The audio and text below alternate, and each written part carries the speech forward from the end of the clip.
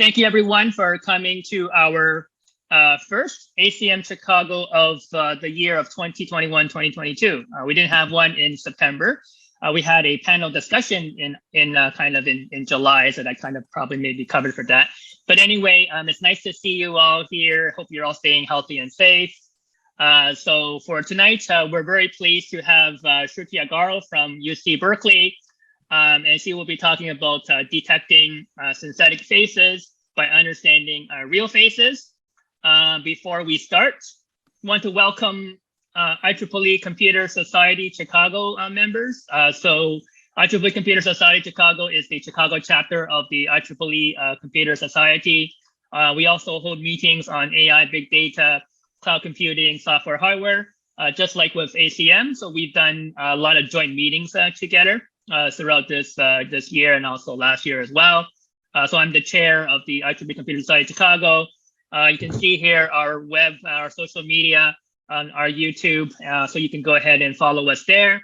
And if you want to become an IEEE Computer Society member, then you can also join at the URL. A copy of these slides will be provided after the webinar, so you don't have to necessarily have to jot this all down. We also want to thank members of the Mid-America Club IT Connect. They've always been supportive and coming to our meetings. So thank you for that. Vijay, who is one of the panelists there. He is the chair of the IT Connect Club. And yeah, if you haven't had a chance to go to the Mid-America Club on the 80th floor of the Aon building, you can be try out. We've had previous events there. Has a nice panoramic view of Chicago, and hopefully when we start having our meetings back in person, then we can also have them there. And finally, as well, thank you to ACM Chicago members for coming here this evening. For those who don't know, we are the Chicago chapter of the Association of Computing Machinery. I'm the chair. Our vice chair is Mark Temkin, and our treasurer is Greg Newmark. We have our previous webinars and meetings up on YouTube. So if you subscribe to our YouTube channel, then you'll be notified as to when we will have our next events. And as well, our meetup group will tell you as well our next events as well. All right, so tonight's presentation, I will get Mark to introduce our speaker. Thanks for coming to our first presentation of the year. I'm glad you all could come tonight. I saw this presentation at SIGGRAPH 2021. I knew this would be a great presentation for our audience. It's a really fascinating subject. I'm really interested in hearing this talk tonight by our speaker, Shruti Agarwal. Let's have a big round of applause that we won't hear because we're on Zoom, and let's begin. Thank you, Mark, for the introduction. Thank you, Elvin, for inviting me. So I'll start. Hello, everyone. I am Shruti Agarwal, and today I want to talk about some of the work that I've done during my PhD with my advisor, Professor Hani Fareed, and other collaborators. And I'll talk about the techniques that I developed for detecting synthetic faces, which are popularly called deepfakes. So a brief introduction about what deepfakes are. So in past few years, we have seen a sharp rise in development of image and video synthesis techniques, and more compelling deepfake videos go viral through social media. And these are some of the example deepfake videos that were very popular in the past few years on internet. And these deepfakes can broadly be classified as three categories: face swap deepfakes, lip sync deepfakes, and puppet master deepfakes, and depending on how and which part of the face is altered. For example, on the top left, you see a face swap deepfake where the face of Jennifer Lawrence is replaced by Steve Buscemi's face. On the top right is lip sync deepfake, where the facial identity of the person in the fake video is not changed, but the lips are modified so that it becomes synchronized with the new speech. And in a puppet master deepfake, the identity is again preserved in the video, but the entire face and head is being controlled by a puppeteer who's like a person sitting in front of the camera away from the video. So this technology has found application in many creative industry. For example, top left is David Beckham giving a malaria campaign ad and speaking in 9 different languages through a lip sync kind of deep fake. On the top right is a video from Dali Museum in St. Petersburg, Florida, where a lifelike video of artist Dali was created on his 115th birthday. And this technology has also found application in news and fashion industry, where news anchors and fashion model are artificially created from scratch. This video of the news anchor is from Xinhua News Agency in China, and the fashion model was created by a Japanese tech company, DataGrid. So all these previous examples that I showed were not created to deceive people. And the problem arises when this technology is used to deceive and fraud people and are used without the consent of the person who's depicted in the video. For example, as expected, these videos have more often or not been used to create non-consensual pornographic video of women, where a study in 2019 revealed that around 96% of deepfake videos on internet are pornographic videos. And the weaponization of this technology can range from non-consensual pornography to misinformation campaigns, evidence tampering, national security, child safety, and fraud. And while people are susceptible to falling prey to this fake content, on the other hand, just the mere existence of such technology gives people a probable deniability of truth.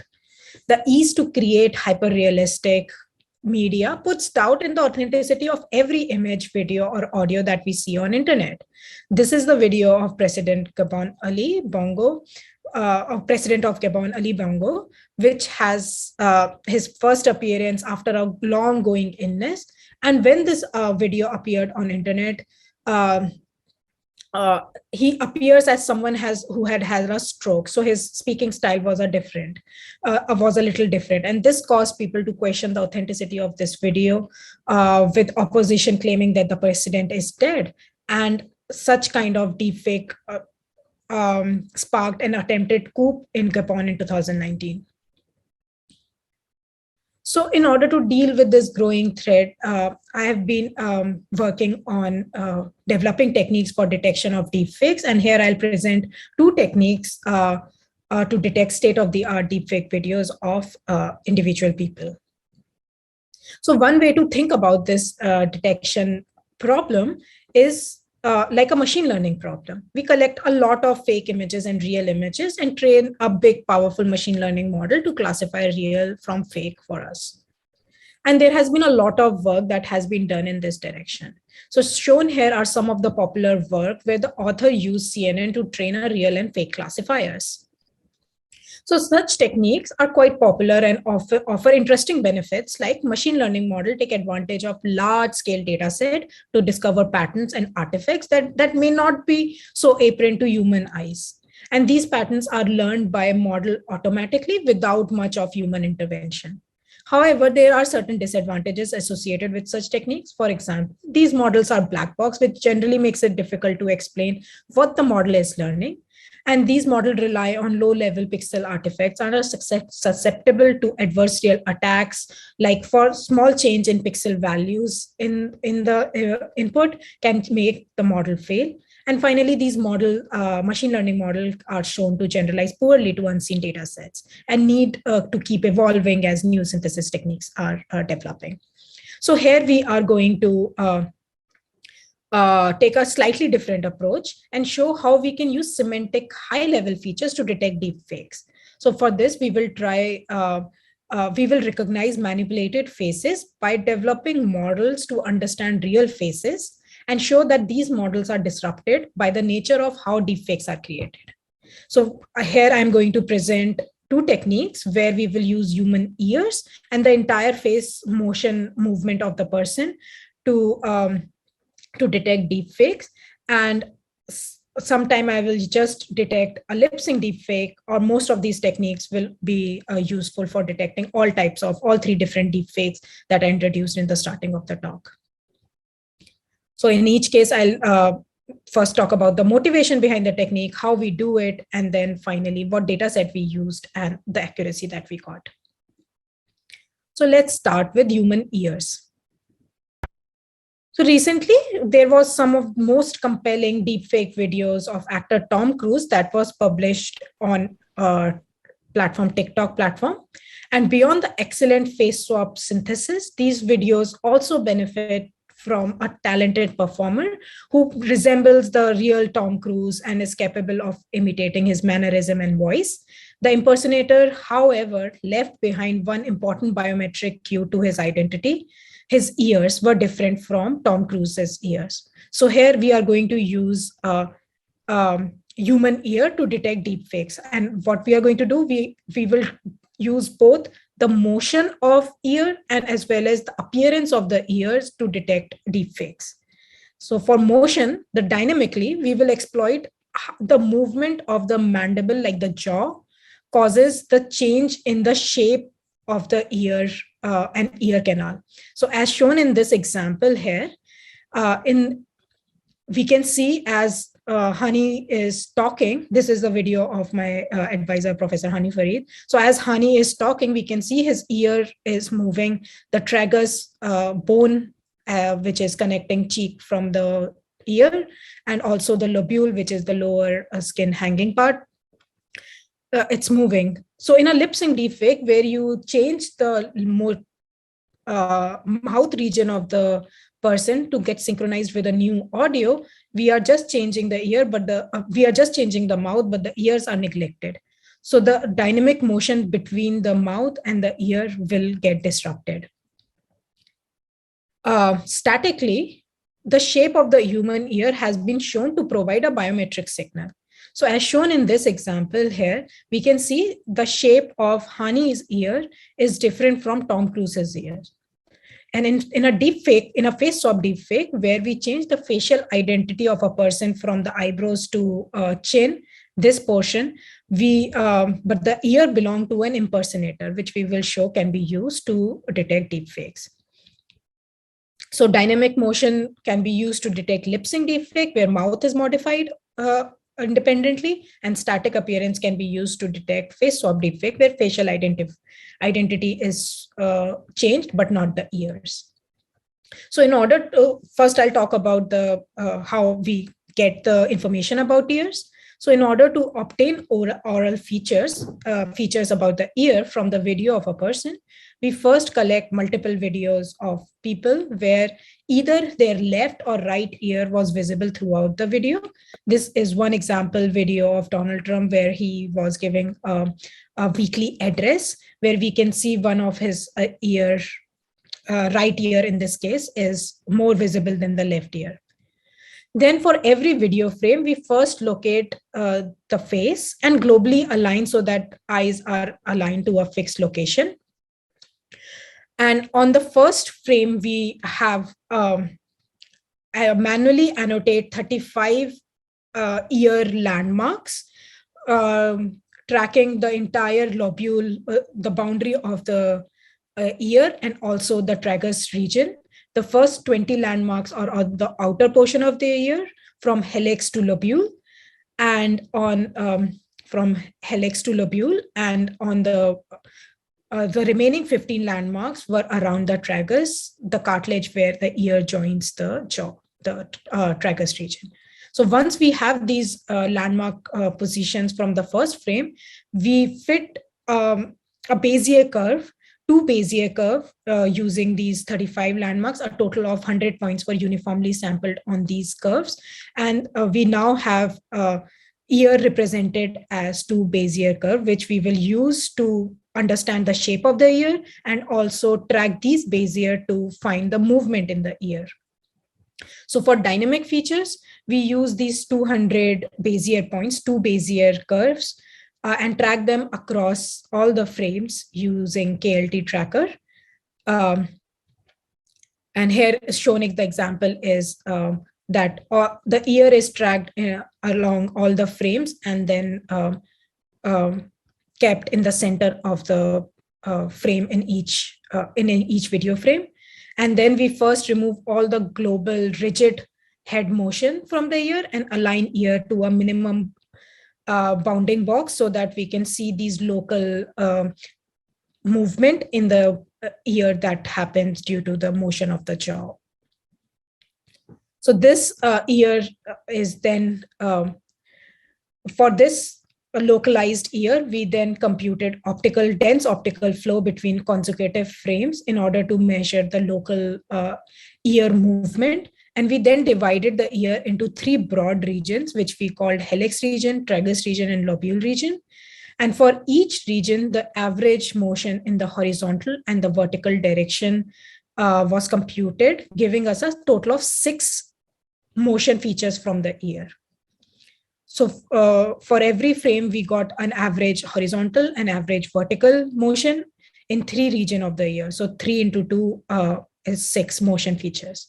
Now, these motion features that we got from the ear has to be correlated with other things that are happening on the face. So for that, we correlate these 6 motions with two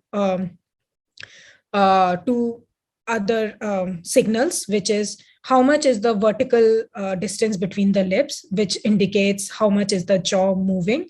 And also because a sudden onset of an audio or vocalization, yelling, speaking loudly is also shown to affect the motion in the ear. We also used audio energy representing how much is the loudness in the audio. We also use that to correlate with the motion features. So we computed these correlations using 10-second video clips of 4 individuals. Shown in each column is the data for each individual from Donald Trump, Joe Biden, Angela Merkel, and Mark Zuckerberg videos. So here I'm showing you the distribution of correlation between the horizontal motion in the lobule and how much is the vertical distance in the lips. So lip vertical distance and the horizontal motion in the lobule. So if you see for Donald Trump, the x-axis here in every curve, x-axis is ranging from minus 0.5 correlation to 0.5 correlation. And the center is 0 is no correlation. So if you see in this distribution, there are multiple 10-second video clips were used to create these distribution. And on an average, if you see for Donald Trump, the correlation between vertical motion of the lips and lobule is positive. On an average, there is a positive correlation between how when the lips open, the lobule horizontal motion happens. Similarly, we saw that even for Joe Biden, Angela Merkel, and Mark Zuckerberg, we found a non-zero or average correlation between the ear motion, horizontal motion on the lobule, and the lip vertical distance. So some of these correlations were sometimes identity independent, that there is like a positive correlation on an average in case of Trump, Biden, and Merkel, but there is a negative correlation in a case of Mark Zuckerberg. And these correlation distribution for other ear region with lip vertical distance for all other 4 leaders. So in each case, we can see that there is on an average non-zero correlation between these 2 movements. So whenever the lips are moving, it is causing some movement in the different parts of the ear. So again, I'll remind you that a lip sync deepfake is created by taking an existing video and changing the mouth. So for an ear motion is, so the ear motion is from the previous video where the mouth were real and the lip motion is synthesized. Therefore, we can simulate this kind of lip sync deepfakes by simply correlating the ear movement from one video segment and the lip movement from a randomly selected segment. So in these kind of simulated fakes, we can see that on an average, there is 0 correlation between the motion of the mouth and the ear. So we use these simulated deepfakes and real videos of people to create a classifier for 4 individual people. And we tested the accuracy of this classifier on lip sync deepfakes, which we simulate. That is just correlating ear movement from one video and mouth movement and audio from other random video. And second test set that we used was visually compelling lip sync deepfakes that we generated using a CAN-based technique. And we also collected a few in the wild lip sync deepfakes that were downloaded from internet and Instagram and YouTube. So we trained a linear binary classifier using the 12 features that I discussed. That is 6 motion features correlated with 2 other signals, mouth movement and audio, total of 12 correlation features. And we did that for 4 individuals using the real video and the simulated deepfakes that we created. And these are the accuracies in terms of area under the curve of an ROC. So on the x-axis is the AUCs that we get for training dataset, simulated deepfakes, lip sync deepfakes, and in the wild deepfakes. A 0.5 AUC is a chance AUC in our case, and any accuracy above like 0.8 is considered to be good. Yeah, so if you see here that the average training AUC is 0.91, and the average testing AUC on all 3 simulated lip sync and in the wild is 0.84. And this is just a single predictor that we trained on all 4 identities. And these results were improved slightly when we have separate classifier trained on each identity, because we saw that some of these correlation based features were a little identity dependent as well. And despite only analyzing small 10-second segments, the overall AUC and accuracy is fairly high in this case. And this accuracy can also be improved by integrating over the entire video segment with like a simple majority rule. So now we shift a little bit towards like ear biometric, how we use. So we want to exploit the differences in the shape of the ear structure of an impersonator and that of the Tom Cruise. So for this, we collected some 13 images of actor Tom Cruise from various internet sources where his ear was visible. And we used one real image of Tom Cruise as reference ear. And the shape of the ear is represented by 2 Bezier curves here. So shown on the top left is a reference ear Beziers shown in yellow. And the shape of the reference ear is compared to the image of Tom Cruise and that of the impersonator ear.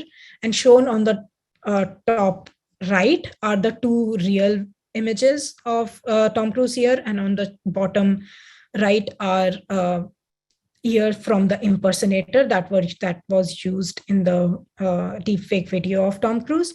And you can see that in the real example, in the real Tom Cruise, where the shape of the reference ear in yellow closely matches with the shape of the Tom Cruise ear in the pink in the given image. And shown on the in every image shown on the bottom left is the RMSE error between the yellow and the pink. And we can see that the error in the real, and we can see the RMSE error in this, the largest error in the real images that we collected was almost 36% less than the smallest error in the imposter images. So we use this technique of comparing the shape of the ear, which is represented by 2 Bezier curves in reference image with any given image of the ear of the person to find whether the person's ear matches with the given image or not. So that was first technique that we developed for detecting like latest deepfakes. And now I can start discussing the next technique, which uses a more holistic approach of entire face movement and like how the face muscles are moving when the person is talking, and we will show that this can also be used to detect deepfakes. So just to like give a little bit of motivation of why we want to use this facial movements and how they are disrupted in deepfakes. So I'm going to show you two videos. One is a real video of Obama, and the other is a fake video of Obama, where again the mouth is changed so that he says something else, but the video is taken from other context. So here what I'm showing is, on the top is a real video of Obama saying something. On the bottom is two motion on his face. One is how he is moving his head in the X direction, that is nodding like this, which is given by a blue curve. So on X-axis is time, on Y-axis is the intensity of that movement. And on the orange curve shows how much he's moving this motion of lip down. So like a frowning motion. So if you'll see in this video, these two motions of movement of head and lip down motion are quite correlated to each other.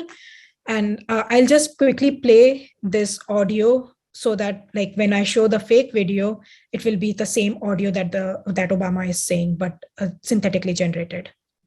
Especially our friends who are lesbian, gay, bisexual, or transgender. I visited with the families of many of the victims on Thursday. Yeah, so it's the same audio as the real video now, but the lips are synthesized using a lip sync synthesis technique.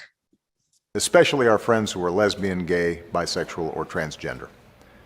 I visited with the families of many of the victims on Thursday, and one thing I told.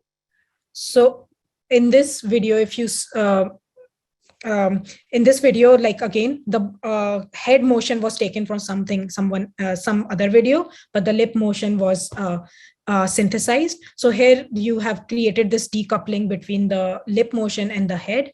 And as we can see in this graph now, where X-axis is time, we can see that the blue and the orange curves are decorrelated as they were correlated, in contrast to the correlated appearance, the correlation that we saw earlier in the case of real video. So this is just one 10-second clip that I'm showing, and only one pair of facial movements. But we want to exploit these type of correlation in the facial muscle movement that get violated. So for this, in order to encode, like in order to find how the face is moving, how the facial muscles are moving, we used a facial action unit system called FACS to measure the facial behavior of a person in a video. And using FACS, it is we encoded the strength of the muscle movement, like how much are the eyebrow raising, how much is a person smiling, how much mouth is open. These kind of facial muscle movement we encoded for every frame in the video. And these are some of the action unit example. And we also used two head rotation. So total of 18 action unit and 20 head movements that we recorded for a person while they were talking in a video. And we used an open source library called OpenFace for that. And these facial action unit just recorded like how much eyes, mouth, everything is moving in a 10-second video clip. So a total of 20 facial movements per frame. And we computed correlation on a 10-second video between every pair of these facial movements. So a total of 190, 20 choose to 190 pair of expression and movements we got. And for every 10-second clip, we obtained this 190 dimensional feature set. So we quickly, so we first, in order to test how good these features were, these 190 dimensional correlation features that we computed, we use these features on videos of 10 leaders. And at the time when we collected this video, a primary election, Democratic election was going on, and most of them were primary Democratic election candidates. So in this graph is every dot is a 10-second clip on which we computed the 190 dimensional features and then projected in a 2-dimensional low dimensional representation. So for these 10 leaders, we see here, we can see that each of these leaders are kind of in their own clusters and are well separated from each other.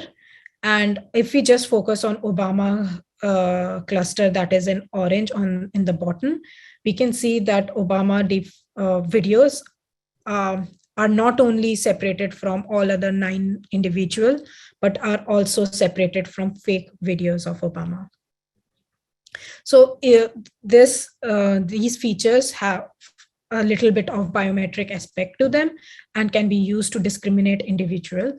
And as we are changing the speaking style of a person in a deepfake, these features can also be used to differentiate that the deepfake video is not that person. So like motivated by this observation, our goal is to learn the behavioral soft biometric at a large scale for many people. So for this, instead of using a subset of action unit that I just described, we also represented the facial movement of a person in a 4-second video clip so in this way, we, instead of using the facial action unit, we first in every frame computed the motion of a person's face by using an embedding called FabNet embedding. And these embeddings were shown to capture facial attributes and facial motion of a person that encodes head pose, facial landmarks, and facial expressions. And instead of computing correlation between every other pair of features, we trained a behavioral biometric network using thousands of identities in a large-scale voxelab dataset that was given. And the goal of this behavior network that we trained was to bring together the videos of same identity and separate the videos of different identity in a 512 dimensional embedding space. So every 4-second video was represented in a 512 dimensional embedding we call behavioral net embedding. And these embeddings are close to each other if the person in the video is same and is different and is separate from each other if the video is of two different people. So using these embedding, 512 embedding, we were able to, like, these are some of the example query retrievals that we got using our new behavioral net embeddings. So given a query video, the shown here are the 5 nearest neighbor retrieval results that we got. And so if you see that not only the retrieved result match in appearance with the person, but has a similar head motion, head pose, and expressions. So using this behavior net, we designed an algorithm that can be used to detect face swap deepfakes. And remember that in face swap deepfake, the behavior of a person is behavior is of the impersonator, but the face is of a person whose facial identity that we see. So face is of one person, but the behavior is of another person. So there is this discrepancy between the behavior identity and the facial identity. So we use these behavioral net embedding that is able to identify a behavior of a person. And we also use the facial features that can identify the face of a person and use the discrepancy between the behavioral and the facial identity of the person to find whether the whether the video is a deepfake or not. So specifically, we use our newly trained behavior net embedding in conjunction with a VGG face, static face identity feature. And these behavior net embedding and VGG features were matched to 2 different reference sets with pre-collected features from individual identities that we want to deal with. So given a video is marked real, if the matched identity between the behavior net and the VGG are of a same person, and also the facial identity of the person matches with high confidence. So the rationale between having this confidence confidence value for the matching of facial identity is because when we are creating these face swap deepfake, we distort the face of a person so that it is now, so that we can put that facial identity onto another person. This disrupt the facial identity of the person as well. In doing so, we see that the facial identity of a person in a face swap doesn't confidently match with the actual person's face. So we had these confidence threshold on the matching of facial identity so that we can weed out all these bad deep fakes, which doesn't even look like the person. And we can detect those by using this confidence threshold. And we tested the efficacy of our technique on 5 large-scale face swap deepfake data sets that were out there. And one of the good thing about these deepfake data set is they were face swap. They comprised mainly of face swap, and our technique was specifically designed for face swap. And for every data set, we use some disjoint videos for each identity to be kept in a reference set. And we used some videos that we used for testing. So using these are the accuracies that we got on detection of face swap deepfake for each of the 5 large-scale data set on the x-axis, and on the y-axis we report accuracies. So the accuracies on all data sets except TFDCs are high in high 90s, with an average accuracy of 95.5% overall. So for the DFDC preview data set that we tested on, the main problem that we observed were most of the videos that were tagged as deepfakes were mainly the blurred face. So they didn't map the facial identity or the behavioral identity of the person to the target identity. And they were mostly like just the blurred video, and that our algorithm said that it is both facial and behavioral identity of the same person and classified those deepfakes as real videos. So that was the problem with this. So coming back to the computational techniques that I just discussed, these 2 techniques, I would like to point out some of the advantages and disadvantages of working on this kind of detection techniques that are described here. So first, sorry, I think I got a little abrupt ending. So these are just the accuracies, and this ends my detection techniques. So now we can discuss some of the pros and cons, advantages and disadvantages of the computational techniques that we just discussed. So each of the techniques that I discussed has exploited an intrinsic flaw in a deepfake, like how deepfakes are created. And they are based on semantic cues, which are like intuitive to explain.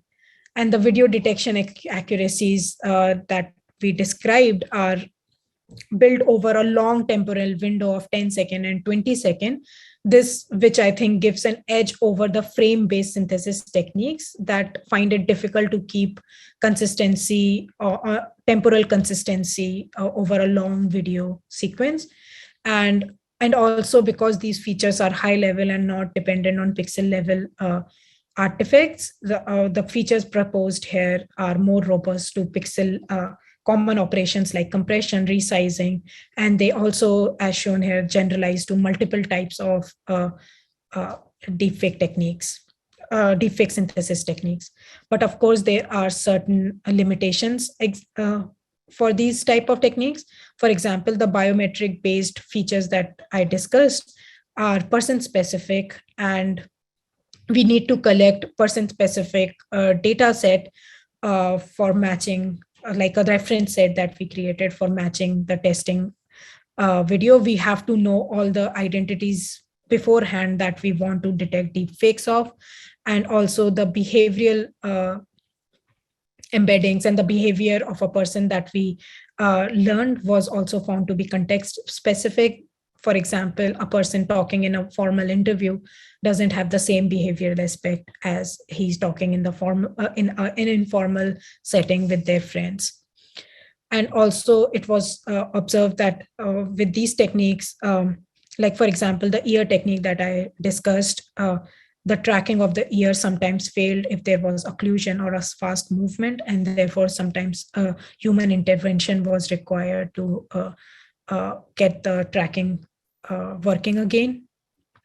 And because of this human intervention and the technique is not automatic, there is a limited scalability to these techniques on internet.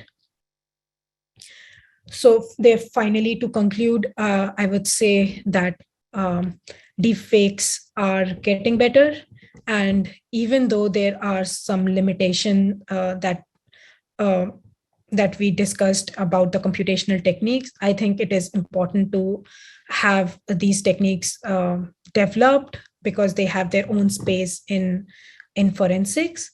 But in order to deal with deepfake at a large scale on the internet and social media, we also need to look at other efforts. And here I am mentioning some of the other efforts that can help us deal with the deepfake detection problem at the scale of internet. The first is digital signature in the video, which is we put a verifiable signature embedded into every image and video at the time of creation of the image or the video. And this signature can be maintained throughout the lifetime of the media and can be used for the authentication of the media later on. So it's about creating trustworthy images and videos and trying to maintain the trustworthy signature of these media throughout its lifetime. The second solution that can work at internet scale can be watermarking. This class of approach aims at embedding a digital watermark in the synthetic images that we create. So the GAN that we have for the synthesis can be used to embed a watermark in the synthesis technique, which can be checked, which can be verified downstream to know that this is a deepfake generated content. And also there should be policies and regulations to ensure that more ethical use of this technology can happen. And finally, we as consumers of online content, we all need to be responsible towards seeking authentic content and validating before we share. Finally, I would like to end with a very important message straight from the palace. Yeah. If there is a theme to my message today, it is trust. Trust in what is genuine and what is not. Yeah, with that, this is my presentation. Thank you for listening. I will be open for questions. Yeah, very good. Thank you, Shruti. So we got time for Q&A. So you can type in the Q&A section, or if you want to raise your hand, I can unmute you. So I noticed the dots. I don't know if that was a physical feature on Haney Farid's ear. Was that motion tracking dots? So when we were working on this ear project, the ear tracking was kind of very difficult. So he actually marked black points on his ear so that like the tracking was pretty easy. But that was like just the toy example that we wanted to play with. But then after that, we switched to real videos where there were no such dots available for us. But like, yeah, on Hani Farid's video, the black dots that you saw were actually made by black marker. Okay. And so you don't have to try to estimate motion tracking on ears of the people in the examples. You're using a different technique to capture the Bezier curves, right? Yeah. So we manually annotate 35 points. These 35 points are not like has to be a particular feature, but just roughly around the boundary of the ear, and they get dragged. Those 35 points get dragged using a simple feature tracker. We have a question. Many women and some men have long hair that covers their ears. Does that limit your ability to detect a fake? I agree. So, like, for example, we were working on videos of Kamala Harris, Angela Merkel, even though she has short hairs, sometimes part of her ear was occluded because some of the hairs were. So a few solutions that we came it definitely, like, to answer this question, yes, it does limit the ability if the ears are occluded, but I would say one hope is that we are looking for 10-second clips, and also these 10-second clips are robust enough to maybe drop a few frames where there is occlusion, because this correlation is being computed over like long temporal sequence. It was robust enough to have like some frames occluded or some frames dropped because the head moved and there was occlusion. But if there are no frames where we can see the ear because of the hairs, then yes, of course, we will not be able to track our features. So maybe I have a question for you, Shruti, then. The thing is that besides, the ears for detecting deepfakes, are there any other facial properties could also be used as well? Yeah, so one of the work that I skipped here, and there is a follow-up work on that, which I really liked. So there was this work that we did where we observed in the deepfake videos, when we are synthesizing mouth, a lot of time the phonemes P, B, and M are not spoken correct, are not synthesized correctly. So when we say P, B, or M, we have to close our lips completely. But that doesn't happen in a lot of time when we are synthesizing. So just like the lips are not saying exactly how they are supposed to say the words. And recently there is a work called just finding whether the lip reading is working on deepfakes or not. And they surprisingly find that it's very easy to just use lip reading, a lip reader, to identify whether it's a fake or not. So that work I found very interesting. Like, you can just give your deepfakes to a off-the-shelf lip reader, which is fine-tuned for fake and real, but it is able to classify a video as fake with high accuracy. So like the lip motion is not synthesized good temporarily. So lips can also be very good feature for identifying. That Shruti, that reminds me at the SIGGRAPH presentation, I thought that was really fascinating when Dr. Farid showed the close-up of the lips of the woman, I think, and where he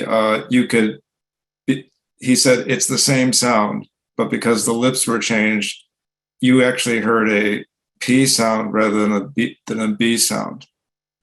Oh, yeah. And yeah. I have no idea how that worked because I could actually hear it, but he says you're not really hearing it. Yeah, McGurk effect it is called, right? I don't recall, but could you explain that? That was pretty fascinating. That was almost like magic. Yeah, so it is fa and ba mainly. I can put that link of McGurk effect. So there are conflicts between, if we have conflict between what we are seeing and what we are hearing, then which sensory signal are we going to give more priority is what McGurk effect is about. So the thing is, so McGurk effect is let's say I am saying pa, but I play the sound of pa, p. So which auditory signal are you going to give more importance to? Let me share this. So I think in this video, what happens is a person is saying ba,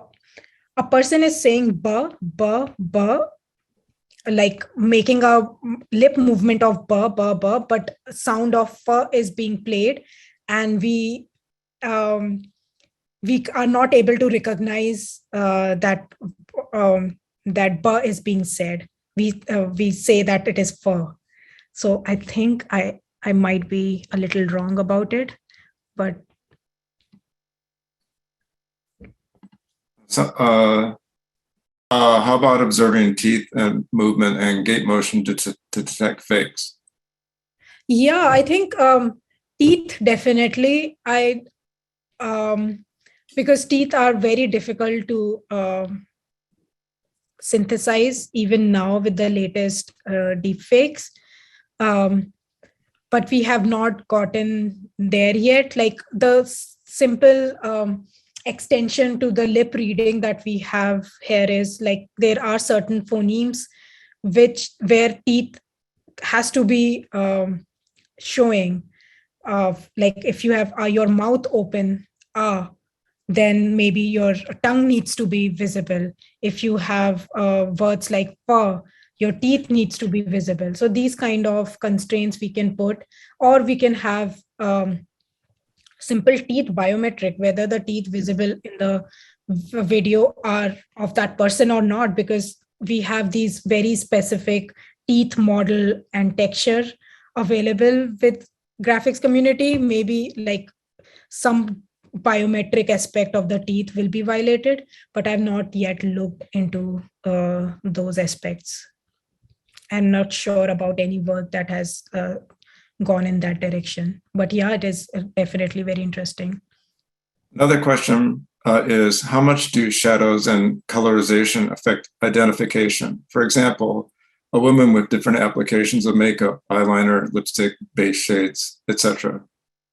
So one thing which I kind of found a problem with makeup was that action unit prediction, like muscle movement prediction, was getting a little weird, because like if you have a lot of foundation on your face, your muscle movement, your skin becomes very smooth and the muscle movement tracking become difficult.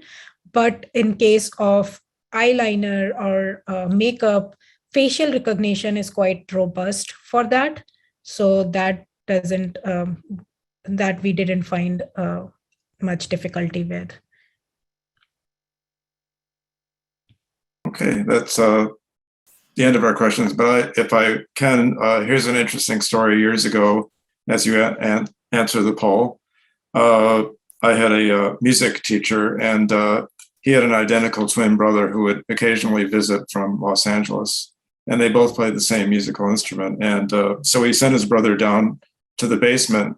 I wasn't aware of this, and I'm working with him. And then I said, I don't know who you are or what you are, but you are not Harold Siegel. And then the real Harold Siegel, his twin brother, appeared at the top of the stairs and had a big chuckle. This was a big laugh. But that sort of leads the whole idea, like there truly is an identical situation, but their behaviors were not exactly the same enough for me to like understand why he was different.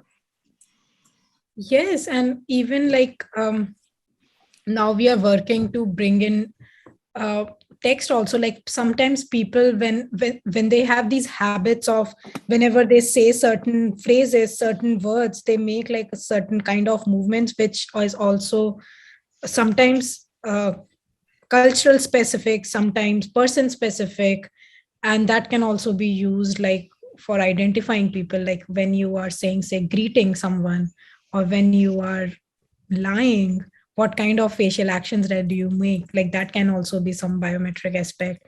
Like how high in the semantic feature domain we can go is like, yeah, how much deepfakes can mimic you is the question that we are kind of trying to answer now. Well, thanks for answering all those questions. And it was a great presentation. Thanks again for being here. Thank you for inviting me. It was nice. Okay, great. Thank you very much, Shruti. So I'm just going to share my remaining slides here.